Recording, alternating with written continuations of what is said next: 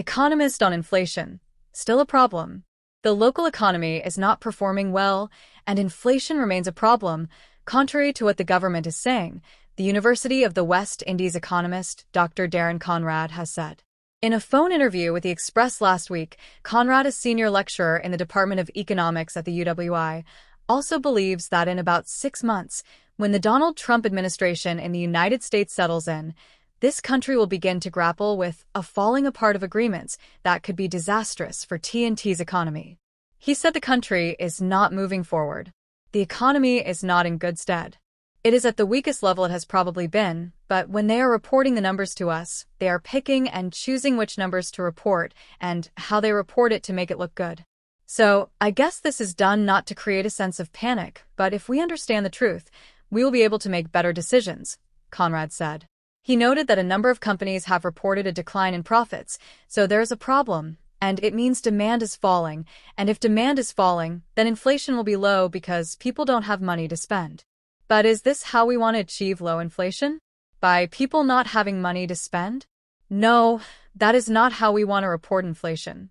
The economy is not doing well, but we have to acknowledge this, and the people in charge should acknowledge that we have a problem and let us know what we can do on the ground. How they are choosing to report on inflation is not solving anything. There has been no real growth in the country, Conrad argued. We are not seeing any major construction taking place, and those are the things that tell you that things are moving forward. We are seeing a lot of road repairs, which is what administrations do during election time when certain roads in certain constituencies will be paved.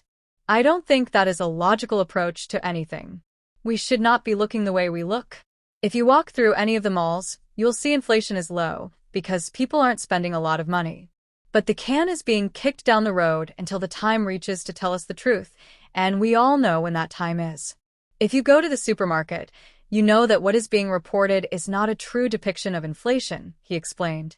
Price information from the central bank comes from the distributors, Conrad said. The distributors have not experienced an increase in the prices. What we are paying at the point of sale, authorities don't collect as prices, so it's how they collect the information to tell the story that they want to tell to citizens. But if there weren't an issue, especially with foreign exchange, we would not have all the banks cutting forex spending on all of the credit cards, and they're selling it to the point that you are only able to get this much in a billing cycle, so much so that you have to plan months ahead for a trip to the US, he observed.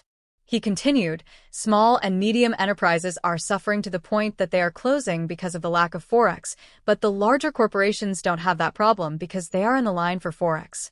The conglomerates get forex. How else will we have all of these brand new vehicles coming in unless they have forex available to these companies to bring in all those cars? So in their eyes, forex is not a problem because the major corporations that have the major stakes in the country's economy have access to forex. The small and medium enterprises are the ones that don't have access to forex. Conrad said other CARICOM countries aren't experiencing foreign exchange issues like this country. From where they sit, they look at the import cover and the threshold is 6 months, so once it's more than 6 months, we are good. But do you have access to forex? People are hoarding forex. They are buying it from their friends and family coming into the country so that they could have some foreign exchange.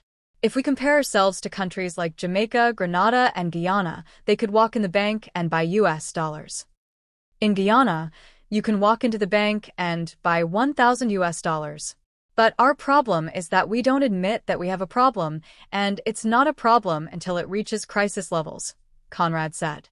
Manufacturing and labor issues. Conrad said manufacturing and the labor force are at their lowest in the country right now. How can we generate foreign exchange when medium and small enterprises don't have access to the forex that they very well need to purchase the intermediate goods to engage in manufacturing? We need to engage our labor force fully because it is the lowest in the region at 11%. We need to engage the labor force because we have the capacity to expand labor production and export, but companies don't have the forex to do so. We also have to work on improving productivity, he said. Conrad believes Trump's policies will impact this country. Biden buying natural gas from Trinidad goes out the window from January. And then the US won't need to import anything from us, so what do we do? In 6 months, the full effects of everything will be felt when the new Trump administration settles in, and all of the agreements fall apart, he opined. Conrad said citizens have a role to play in the country moving forward. We lack discipline, and then the unions are demanding increases without an increase in productivity, which is so unfortunate, he concluded. Inflation at 0.2%. Last week, the Central Statistical Office, CSO, released its Consumer Price Index for the month of October 2024. It noted then, the inflation rate for October 2024, which measures the percentage change in the All Items Index for the month of October 2024 over October 2023, was 0.2%. This represents a decrease from the previous period, September 2024/September 2023, of 0.4%. The inflation rate for the comparative period, October 2023/October 2022, was 1.3%. The All Items Index calculated from the prices collected for the month of October 2024 was 124.4, representing an increase of 0.3 points of 0.2% above the All Items Index for September 2024. The CSO observed that the index for food and non-alcoholic beverages increased from 150.2 in September 2024 to 150.8 in October 2024, reflecting an increase of 0.4%.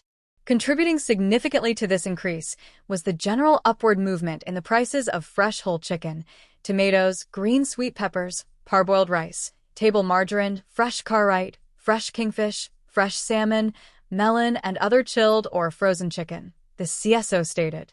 However, the full impact of these price increases was offset by the general decreases in the prices of Irish potatoes, cucumber, carrots, edos, okras, chive, plantains, garlic, onions, and oranges, it added.